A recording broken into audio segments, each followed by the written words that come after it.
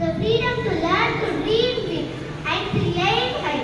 The freedom to speak up and have our voices heard.